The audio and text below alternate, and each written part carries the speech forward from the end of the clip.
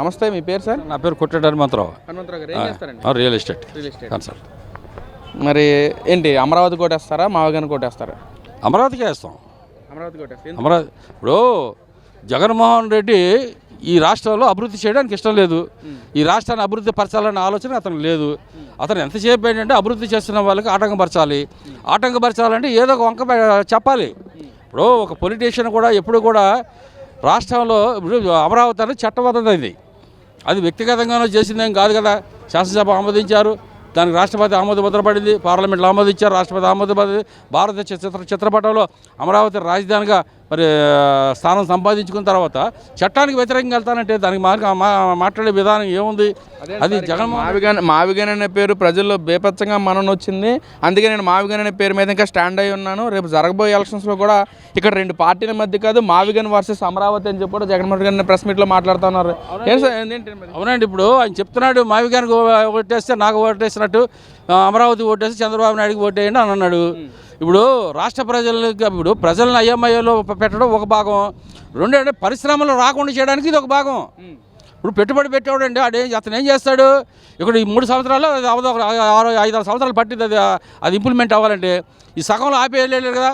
పెట్టుబడి పెట్టే మొన్నటిదాకేమో medical college PP పద్ధతి చేస్తాను, దాన్ని ఏదో రకంగా బ్లాక్ చేయాలని చూశారు, అది అవ్వలేదు.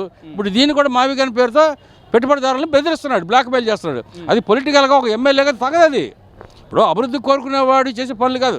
నువ్వు అమరావతిలో ఏదో తప్పు జరుగుతుంది అనుకో, పట్టుకో, తప్పులేదు. లేదు జరుగుతున్న పనులు పెండింగ్ పడింది అనుకో, ఎందుకు పెండింగ్ పడింది, దాన్ని ఎందుకు ఆపారని ఫైట్ చేయి, తప్పులేదు. అంతేగాని అమరావతి రాజధాని కాదంటే దానికి ఇటువంటి మూర్ఖత్వం ఉన్న వాళ్ళకి మనం ఏం చెప్తాం? అది కరెక్ట్ కాదు, రాజకీయాల్లో కరెక్ట్ కాదు, వ్యక్తిగతంగా కరెక్ట్ కాదు. ప్రజల్ని ఒక రకంగా రాష్ట్రంలో ఉన్న ప్రజల్ని బ్లాక్మెయిల్ చేయడమే కానీ పెట్టుబడి పెట్టేవారికి కూడా భయపడే పరిస్థితి తీసుకురావడం కోసం ఇదంతా సృష్టిస్తున్నాడు. ఇక్కడ అమరావతిలో అన్నీ కూడా స్కాములు చేసాడు చంద్రబాబు. మొత్తం భూదందా పువ్వు బెల్లలాగా అందరికీ పంచిపెట్టేస్తా ఉన్నాడు. కానీ మావిగానిలో అలాంటి ఏమీ చోటు లేదని చెప్పి కూడా జగన్మోహన్ రెడ్డి గారు మాట్లాడుతున్నారు. అసలు స్కాములు లేనిది ఏదైనా ఉందంటే, రాజధాని ఏదైనా ఉందంటే అది మావిగాని అని చెప్పి కూడా మాట్లాడుతూ ఉన్నాడు. మరి స్కాములు జరుగుతున్న నీ దగ్గర ఆధారాలు నిరూపించండి. ఇప్పుడు ఆరోపణలు చేయడం వేరు, ఆధారాలు చూపించడం వేరు.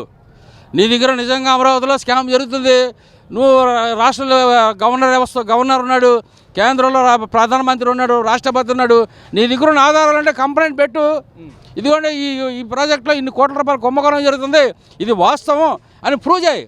ఆరోపణలు చేయడం అనేది దాని ఎక్కడ కూడా ఆరోపణలు చేస్తాడు. ఈ ఆరోపణలకి ప్రజలు ఎవరు పట్టించుకోరు. ఎందుకంటే ప్రతిపక్ష నాయకుడిగా తన గుర్తింపు పెంపొందించడం కోసం, తన పార్టీ ప్రజల్లో ఉంది అనిపించుకోవడం కోసం ఈ అవాస్తవమైన ఆరోపణలు చేయడం తప్ప వాస్తవాలు కాదు.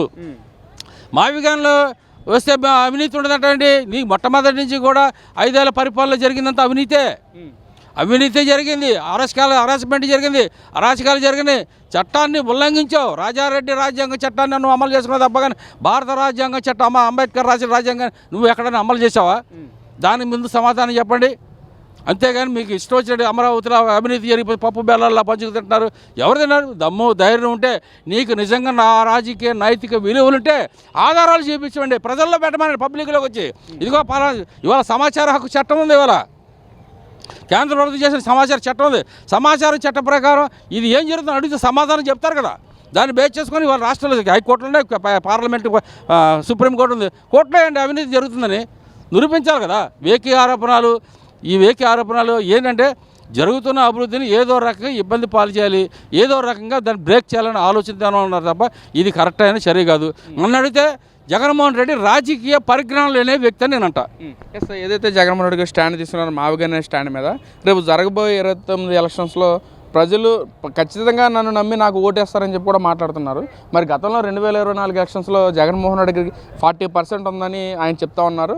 మరి రేపు జరగబోయే 29 ఎలక్షన్ ఇదే మావిగాని మీద స్టాండ్ తీసుకుంటే ఎంత % ఓటింగ్ పడవచ్చు అంటారు? పర్సంటేజ్ అంటే రాజకీయ ప్రతి పార్టీకి పర్సెంటేజ్ ఉంటాయండి. ఈవెన్ అధికారంలో రాని పార్టీలు కూడా 12% 15% ఉంటుంది. అది కామనే. రాజకీయ పార్టీలకి 12% లేకపోతే ఎన్నికల కమిషన్ గుర్తింపు ముందు. అది వీళ్ళు పోటీ చేశారా ఎన్నికలు వస్తాయని కాదు, ఏ రాజకీయ పర్సంటేజ్ ఉంటుంది. ఆ పర్సంటేజ్ని పెంచుకోవడానికి ప్రయత్నం చేస్తారు. ప్రభుత్వాలు మంచి పని చేస్తే ప్రజలు ఆదరిస్తారు. అంతేగాని భయభ్రాంతులైన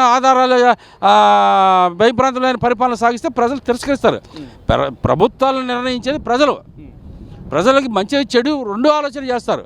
అంతేగాని దానిని 33% ఉన్నాడు ఏకదమ్గా 60% పెంచుకోవడానికి అది ఇంపాసిబుల్. ప్రజలు కూడా ఇవాళ విఘ్నులండి, చదువుకున్న వాళ్ళు ఉన్నారు, ఇవాళ పరిజ్ఞానం పెరిగిన వాళ్ళు ఉన్నారు. సమాజంలో ఏం జరుగుతుందో నిత్యం జరుగుతున్న ఇవాళ ఒక విషయం జరిగితే పొద్దున కదా అన్ని విషయాలు బయటకు వస్తున్నాయి.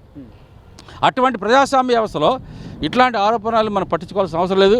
ప్రజలు కూడా మంచిని కోరుకుంటారు. ఎందుకంటే 5 సంవత్సరాల ప్రజలు చూశారు కదా ఎంత హరాస్మెంట్ జరిగిందో. మళ్ళీ హరాస్మెంట్ని ప్రజలు ఏమో కోరుకోరు, శాంతియుతమైన పరిపాలన కోరుతారు. రాష్ట్రాన్ని అభివృద్ధి జరగాలి. ముఖ్యంగా ఈ రాష్ట్రంలో నిరుద్యోగ చదువుకున్న యువతలు చాలామంది ఉన్నారు. వాళ్ళందరికీ ఉద్యోగాల అవకాశాలు కల్పించాలంటే పరిశ్రమలు రావాలి. పరిశ్రమలు వస్తే ఈ రాష్ట్ర అభివృద్ధి జరిగింది. ఈ రాష్ట్ర అభివృద్ధి అయితే అన్ని ప్రాంతాల అభివృద్ధి జరిగింది. కానీ ఈ జగన్మోహన్ రెడ్డి అంటే ఎక్కడ బ్రేక్ కొట్టాలో అక్కడ బ్రేక్ కొడితే ఈ అభివృద్ధి ఆగిపోద్ది, అన్ని అభివృద్ధి ఆగిపోతారు. దురాలోచనతో అతను ఇటువంటి మాయవిగాన్ అన్న ఒక పదాన్ని ప్రజల్లో తీసుకొచ్చాడు.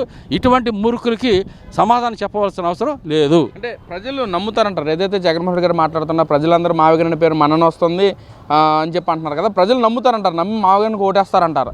ప్రజలు నమ్మరండి. నేను ఇందాక చెప్పా కదా, ప్రజలు విఘ్నులు, చదువుకున్న వాళ్ళు ఉన్నారు. ఇప్పుడు గత ప్రభుత్వాలు అంటే గతంలో అంటే నాకు తెలుసు కొన్ని జరిగినాయి. నేను దాదాపు ఎన్నో ఎలక్షన్ చూశాను. కానీ ఇవాళ ప్రతి వ్యక్తి కూడా చదువుకునే వ్యక్తి ఆలోచనపరమైన ఓటింగ్ చేస్తున్నాడు. ఇవాళ కొన్ని చోట్ల అక్కడక్కడ తప్పులు జరిగినా కానీ నిజానికి ఆలోచించి ఓటేస్తారు. కానీ అతను 29లో అతను గెలుస్తాడన్న పదాన్ని పచ్చి అబద్ధం. చంద్రబాబు నాయుడు గారే 2029లో మళ్ళీ ముఖ్యమంత్రి అవుతాడు.